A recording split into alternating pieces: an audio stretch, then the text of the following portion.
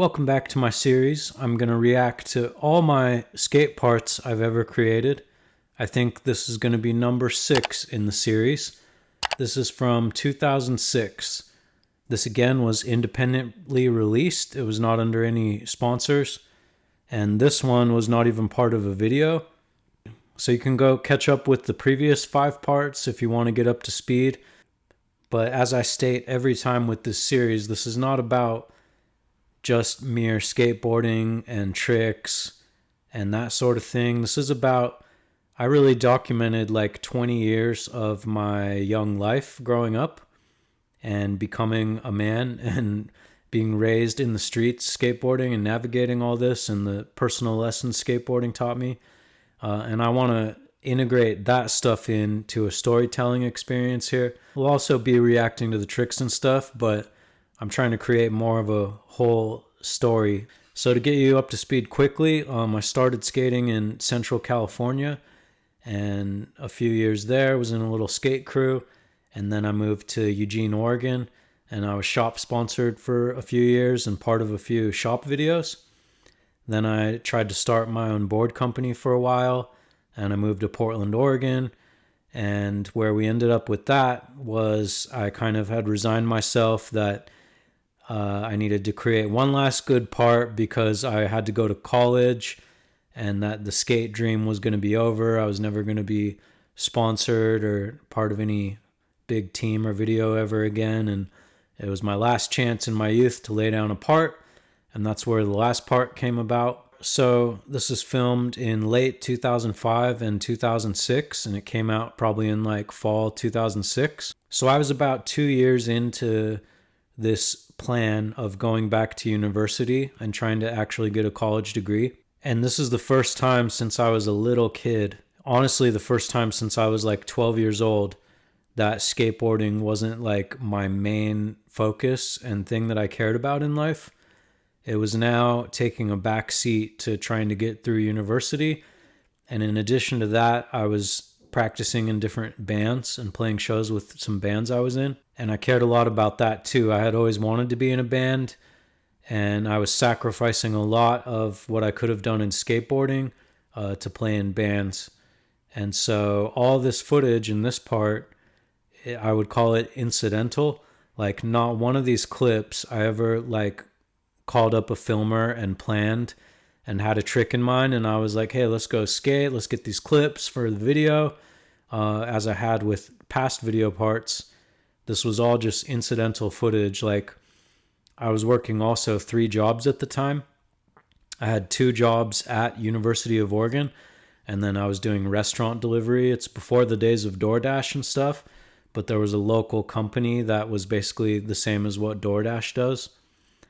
And I was doing that too. So I was literally having 12 to 14 hour days of the time I started and got on the university campus, going to all my college classes and my 2 jobs. And then sometimes in addition to that, driving delivery till 11 p.m. even at night. And I would have 12, 14, 16 hour days, just 7 days a week regularly.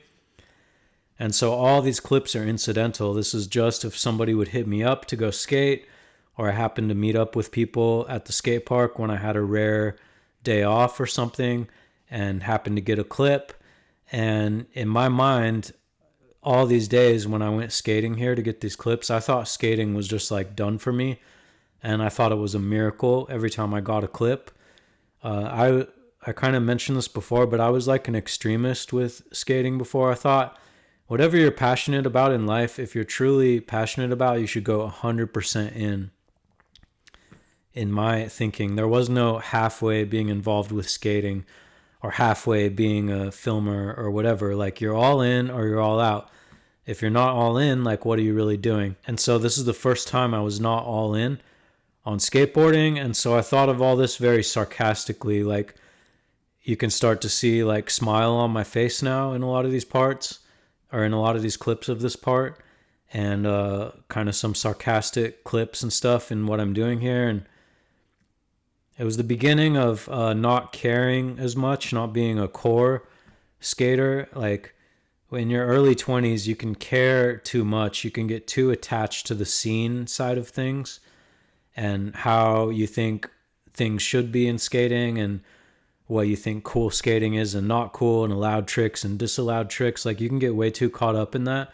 And this is the very beginning of the first time I began to like let go of that stuff. And this was just random unplanned days where I just met up with the homies and I randomly got a trick. And you're not going to be able to tell it from your perspective when you watch this, but I can tell it from my perspective that like the cracks were beginning to show in terms of like keeping my life together and keeping my shit together. I used to be a kid that just was loaded with confidence. I was ready to face anything. I was not scared of anything in life.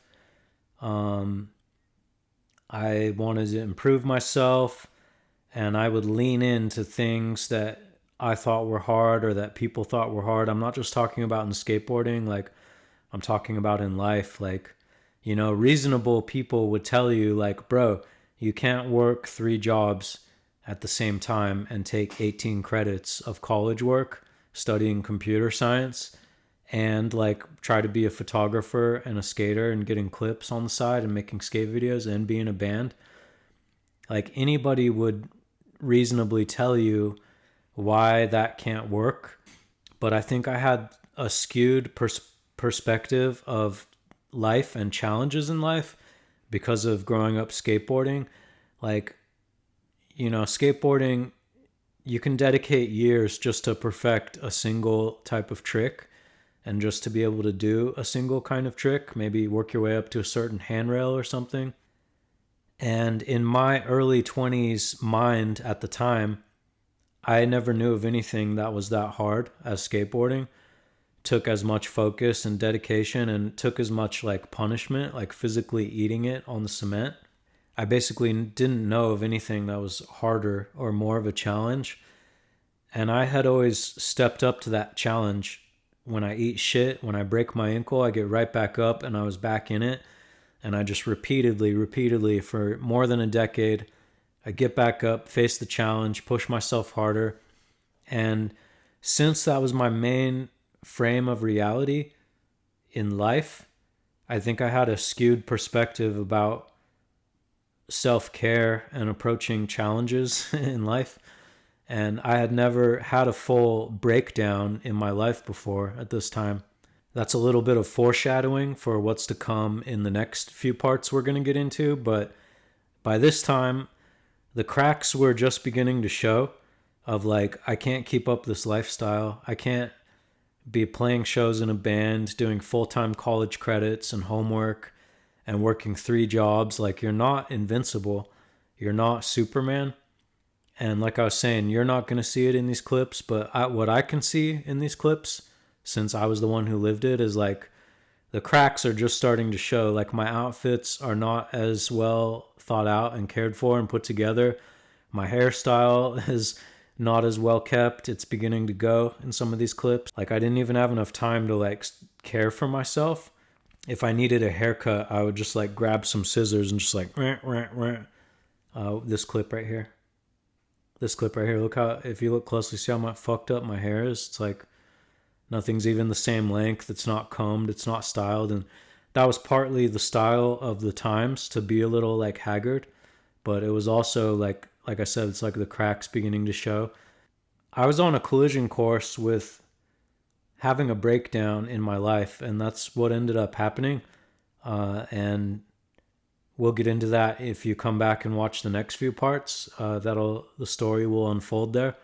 And I remember in a lot of these clips, like if I remember back to the exact day and the specifics of a lot of these clips, like I can just remember feeling haggard, like feeling completely exhausted and worn out by schoolwork and like underslept and too much ADHD, like too active in the mind. Like, I would go directly from the school class stuff to like getting clips like this, and 5 minutes after getting clips like this, like sweaty from skateboarding, I might go directly to like band practice or like playing a show later that night. And I didn't have too much experience with adult life at this point. I'd been living on my own since 18, and so how old would I have been? I was 23 to 24 in the shooting of this video. So that's only like 5 or 6 years of experience of like living on my own and working and trying to support myself. And I mentioned in the last video I had moved in with my parents and lived in an attic for a while, but during this video I'd moved back out. I found two friends to share a big house with and roommates with. So after a year in my parents' attic, I did move out, and I was working the 3 jobs in order to make that happen to pay rent. So yeah, that's the overarching story for this. Is I just thought I was invincible during this time, and I was fully applying myself to the maximum extent of whatever I thought I could do, whatever I thought I was capable of. Even though I was exhausted every single minute of every day, I just kept pushing and kept pushing and kept pushing. And failure was not an option. I mentioned in the last video how I had really shitty tech support jobs in call centers and other various full-time jobs. And I just knew that if I failed on this college thing, that's what was waiting for me, was a lifetime of being paycheck to paycheck in these shitty jobs. And I knew I had bigger plans than that in life. And I thought a college degree was going to be my key to getting more income and breaking free of that life. And I wanted the freedom of supporting myself. And so I was just being a tough guy. I'm like, I can do anything I want. I can support myself. I can work 3 jobs. I can do full-time college credits. And I'm just repeating myself now. So we'll move on from that. But that's the whole backstory behind this. And again, just all incidental footage. And then after like a whole year passed since the steps video, which was the last part we looked at, like a whole year passed from that.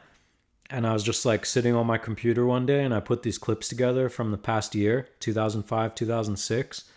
And I thought, holy shit, this is actually kind of sick. I actually kind of have a full part. Like I wasn't as impressed with myself as the steps part. Like I felt that if I wasn't going to school and working, that if I set out to refilm this whole part with a filmer, like on purpose, intentionally, my feeling at the time was I could probably refilm every trick in this part in like a week's time, probably in like 5 days of just going out and trying to get these clips. Instead, it was spread out over a year. And so because of my extremist attitude of like needing to push yourself and everything has to be your best and you have to always be pushing your bar. Because of that, I felt very sarcastic about this. Like I laid out the parts together in a part and I thought this is kind of sick and kind of fun, but like this doesn't compete with like the bar I was setting for myself before. And I'm not really a true hardcore skater anymore because I don't even go out every day and do this for a life anymore. And so I felt like down on myself and like self-deprecating and sarcastic. And that's where this song choice came about. I had just learned about this band, the fucking Champs, for the first time in 2006. And I immediately was like obsessed with this album, the fucking Champs album. Because I was also a snob in, you might have picked this up in the last commentaries, but I was a snob not just in skating, but I was also an edgelord snob in music. This band opened my eyes to the idea of like the value of just simple like fun and sarcasm. Like I felt like they were blending a fusion of like 70s power classic rock with like early first generation heavy metal and like arena rock type stuff. And then also even a touch of like modern like synth based rock. I felt like they were synthesizing all that to create something really uniquely new of like the 2000s. And having not taking themselves too seriously, like it really had a strong sense of like fun and sarcasm on that record. And I was obsessed with this record. I used to just listen to it and it made me rock out. I'd be like, fuck yeah, fucking Champs. I just like headbang to it and blast this record. That album and the song and this mentality like largely inspired this entire skate part because it overlapped with kind of the progression in my approach with skating at the time. Like okay, I'm done being serious. Like this is just gonna be for fun, and this is just me. It just is what it is, and I'm not some sponsored rock star anymore. I'm just a guy that likes getting out here and getting moved still and having fun with this. And that's what it was. I'll tell you one thing, we are hopped up on the coffee today. I usually do 1 cup, but I'm on my 3rd cup today. Just kind of a rainy fall day here and in the caffeine flow today. All right, we got the trick by trick breakdown. Whenever I was filming from here on out, really, whenever I watched my older parts, the things that I liked the most in my older parts were when I linked together good lines. And so from here on out, the rest of the time I ever skated and filmed, I was always trying to link together lines. And in this case, I had just learned this nollie frontside flip. I wanted to get that trick forever. And I think I only learned it within the last year of shooting this. And I think I never had a good one on video. I had nollie back heels good, but I never had these nollie frontside flips good. And so I wanted to open a line with hauling ass and doing that trick because it was new. And these are the most egregious, offensive girls' pants that I've ever had on video. At this time, there was in mainstream fashion, flared out fucking bell-bottom bootcut shit became taking over everywhere, guys' pants and girls' pants. It was literally difficult to find non-bootcut straight leg pants anymore. This was the most heinous bootcut I ever have been seen wearing on video, and I regret it. I don't regret too much a lot of the other girl jeans. It's whatever, that was the thing at the time, but these specific jeans, that was just offensive. And then my the rest of the outfits thrifted belt, spray painted belt, the punk bracelets, white Fallens, thrifted shirt, trucker hat. Yeah, those egregious pants. And then I always loved backlipping ledges because no one ever did it. People usually backlipped rails. And I kept doing this. I kept landing and just stepping off. And this was pure frustration right there. I was just frustration. I'm not a good skater anymore. I can't even land my shit. And just acting out, throwing it at a tree and goofing around. Then here's my haggard look. Too haggard to show my eyes, and the haggard haircut and my haggard, I spray painted that shirt myself. It's just a white tee that I spray painted, custom design. And I was exhausted in this clip, and I'm with all the kids, all the locals back there. That's Oodalai and Frank Castanet on the Crooked Grind. And Daniel Evans is filming again. Who else is back there? I don't know for certain who else was there that day. That's Frank. That's Oodalai Philovon, legendary skater. That's me giving myself permission to actually just screw around for once. Actually have fun. That's Noe right there. Noe Chavez. He'll continue to appear in a lot of my commentaries and parts after this and in steps. And I think that was Pat Moran right before him, doing a little triples. And then I got the ollie on this hip. This spot is still here, and I dare anyone to get a higher ollie than that. Let's see what you got. Got a good little 3-foot ollie on this hip. Eugene. That's when that spot was new.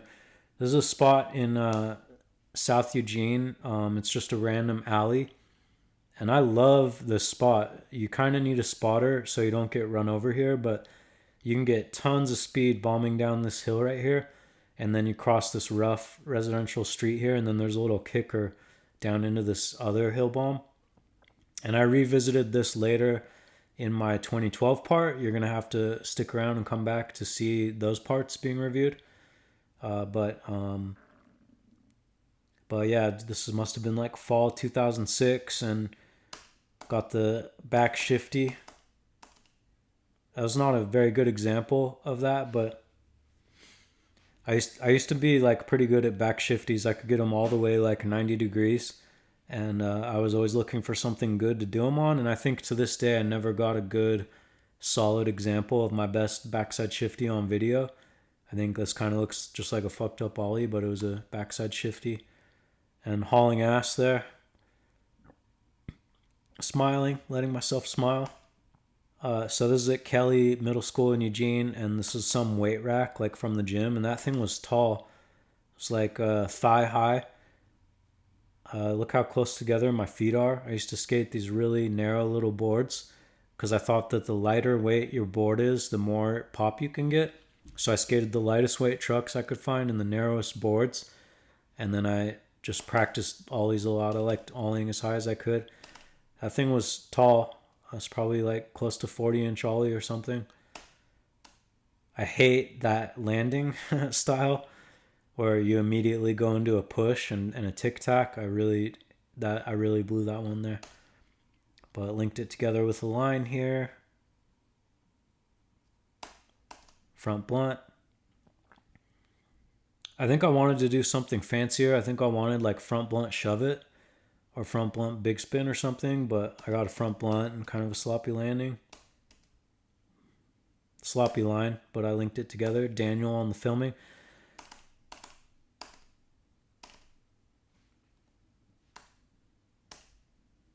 Not a bad ollie. It's pretty good. And I can see, like I said, you guys aren't going to be able to tell anything, but I can see on my face here in this clip, I can see exhaustion. I can just see like tired lines on my face, and I was I was just so exhausted here, just with the kind of pace I kept up in life. This is there's this guy Redneck. Shout out Redneck if you ever see this video. He's from Springfield, Oregon, and he started this really skate culture shop in Springfield that was so awesome because there, as to my knowledge, there hadn't really been anything quite like that in Springfield, Oregon, where an actual like by skaters for skaters skate shop, unless there was something in the 80s that I didn't know about. But it was really cool, and he had a little back room at the shop, and this was kind of the only time I ever came there. We've always hit it off as friends because he's closer to my age than most of the kids in the scene. He's probably like 5 or 8 years older than me, something like that. And I got a lot of respect for that guy. He always like treated me so kindly and related to me like an adult instead of like a kid. And so this was one of the times I came out to visit his shop, and he let me into the back room to skate, and got the kickflip back D, and then did this wall ride up there. It was hard to skate in here. Just a little area. As far as I can remember, this is the only time I ever hit this. This clip just 100% inspired from the fucking Champs song and album. When I heard the album, this is the kind of energy that was in my mind. And so I was just like recreating that. I'm not playing anything here. That's fully, it's like not even plugged in. I just wanted to like get a funny shot to make this part more sarcastic and light. Conger Banks hip in Eugene, and then the no comply big heel, pressure heel. You can see me smiling because I'm actually like taking joy in what I'm doing now. That was a custom made shirt of mine that I designed. You just kind of scoop it. I used to have these just like on command every try. I would do this just when I was cruising down a street even. And this is the first time I wanted to actually get it on video.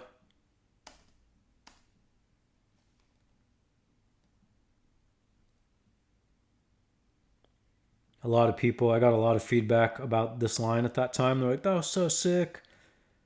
Because it looks all fancy, but it's not actually that hard if you practice that trick. This is actually a pretty good line at Springfield. Switch flip, like I would be happy if I did a switch flip like that today. Hauling ass, popped good, caught good.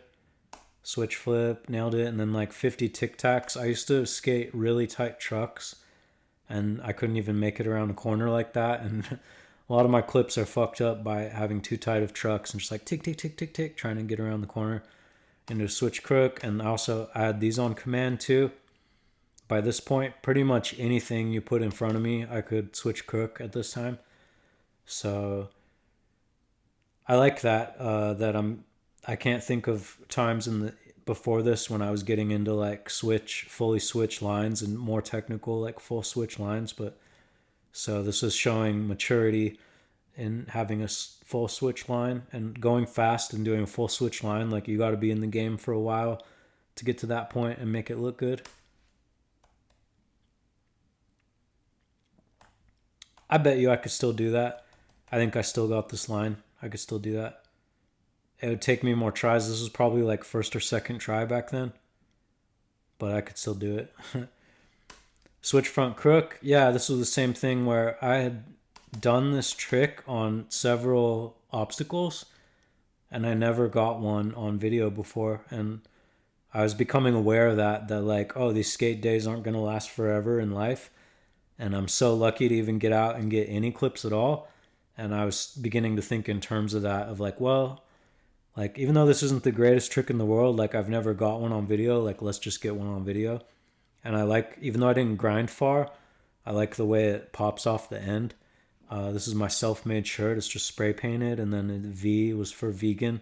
I was like a militant vegan asshole. And so there's this red V right there. I like the way it pops. Put a little bit of pressure into the nose. Give a little fakey ollie. And the steez landing. The steez arm. That was cool. That felt really good to do. My best switch front crooks, I've done some really great ones, and I've never got them on video. Big ol' ollie. Just was driving by and saw this with Daniel and made him pull over or something. This root bump, temporary construction site with a big boy cone. That's one of those tall ass cones that's like up to your belly practically. Always liked that clip. That was like first try. All right, the Ferry Street Bridge banks in Eugene. This was probably like one of the most popular spots in Eugene of this time, and these ledges weren't all fucked up. Ryan Casado did a lot of really sick shit here, and Charlie Provel did sick shit here, and Silas did shit here, and there was a lot of really sick clips here. I think there was even some pro clips in the mix, and I was always pissed off about coming here because like the spot looks good on video and it looks just like a perfect spot, but it was not adaptable to my specific skill set in skating.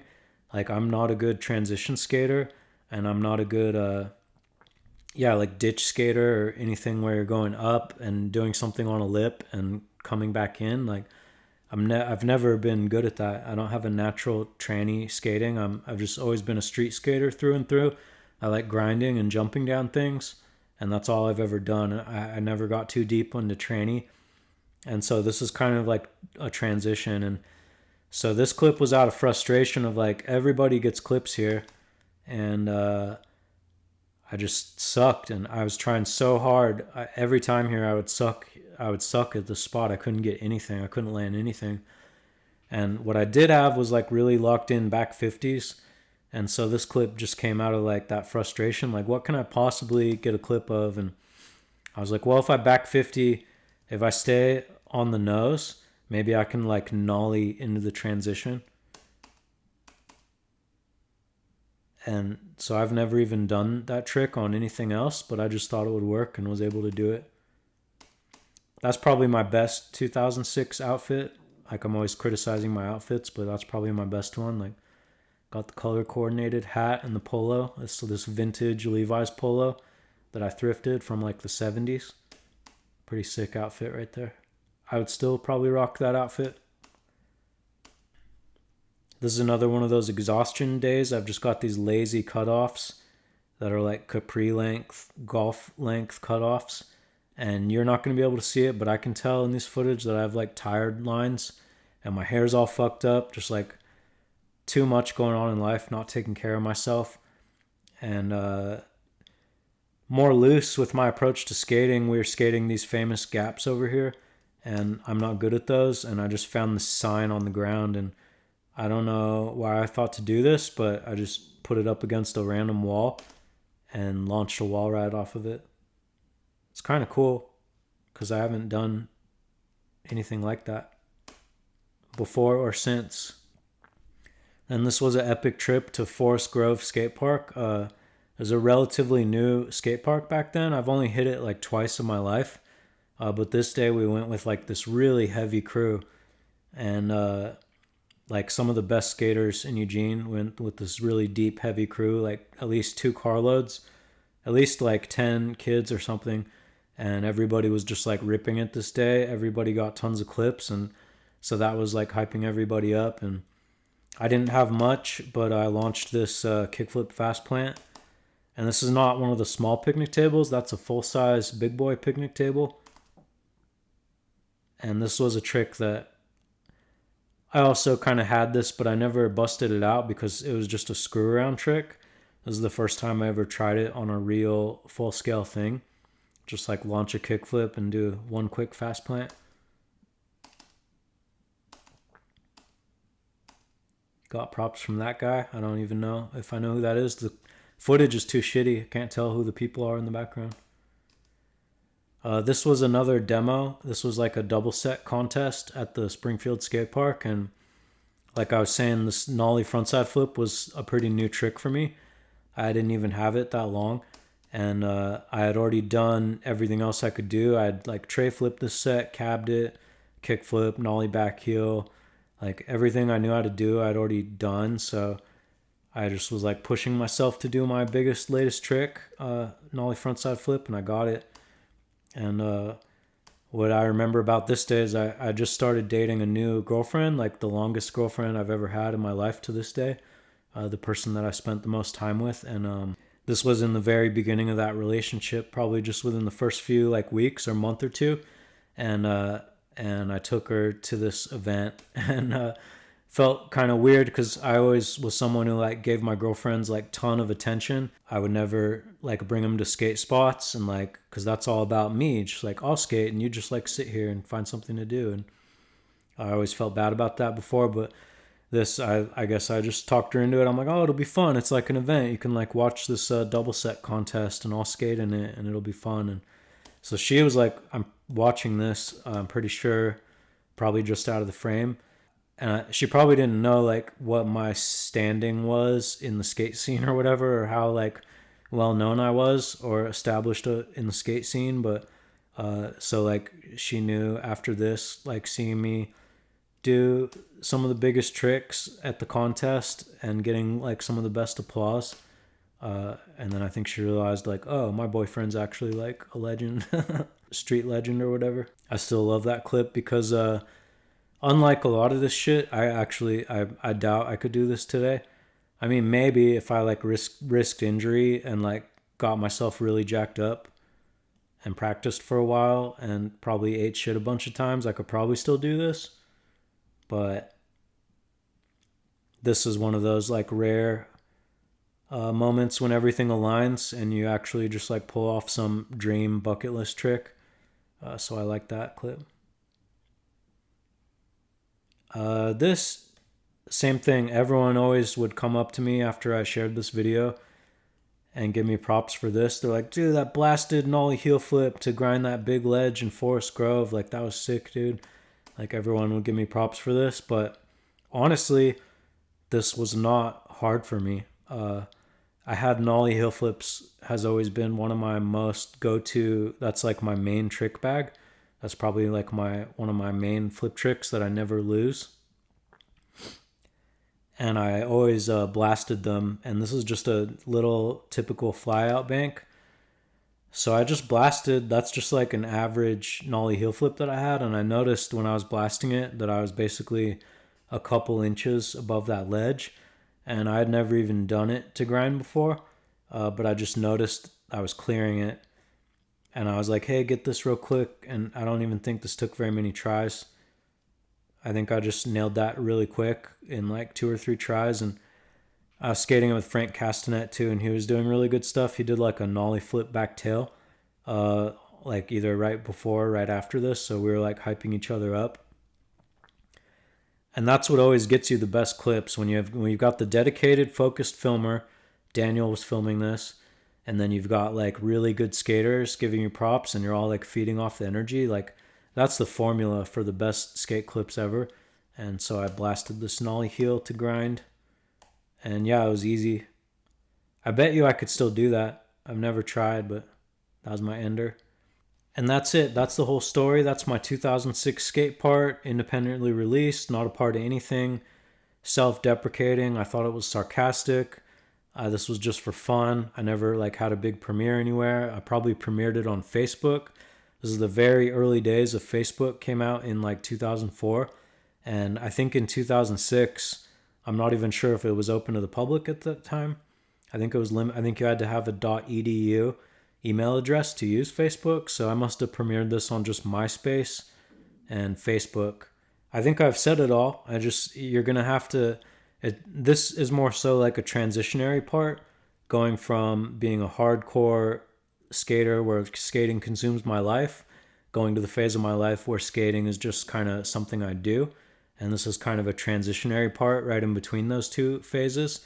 And so you should come back for the other parts commentary, and we're going to get some more insight into how things transpired as I grew into adulthood and the role that skating took. But that's it for now. So I hope you liked that, and subscribe and drop a comment and drop me a like and tell me where you're watching from and what other memories you've got. And peace out. Love you guys.